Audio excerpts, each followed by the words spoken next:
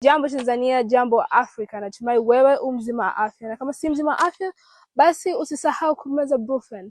Na leo nataka niwapeleke moja kwa moja kwenye hifadhi ya kwanza kuanzishwa hapa nchini Tanzania, na si nyingine bali ni hifadhi ya Serengeti iliyoanzishwa mwaka 1951. Ninajua ulikuwa ujui, lakini leo hii unajua. Naam, katika hifadhi ya Serengeti tuna ajabu la uhamaji mkuu wa nyumbu, yani wildebeest migration.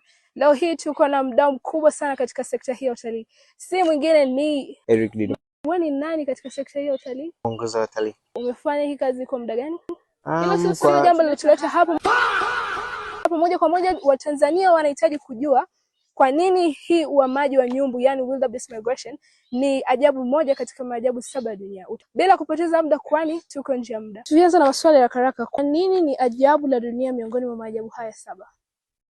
Uhamaji wa wanyama kwa makundi makubwa duniani. Kwa nini unafanya uhamaji huu mkubwa? Sababu nyingi, lakini kuu ni chakula, maji na usalama wao wenyewe kwa ujumla.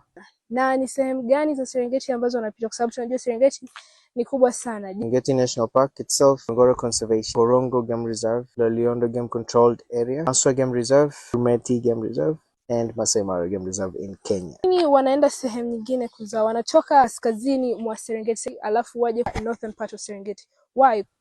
Kwanza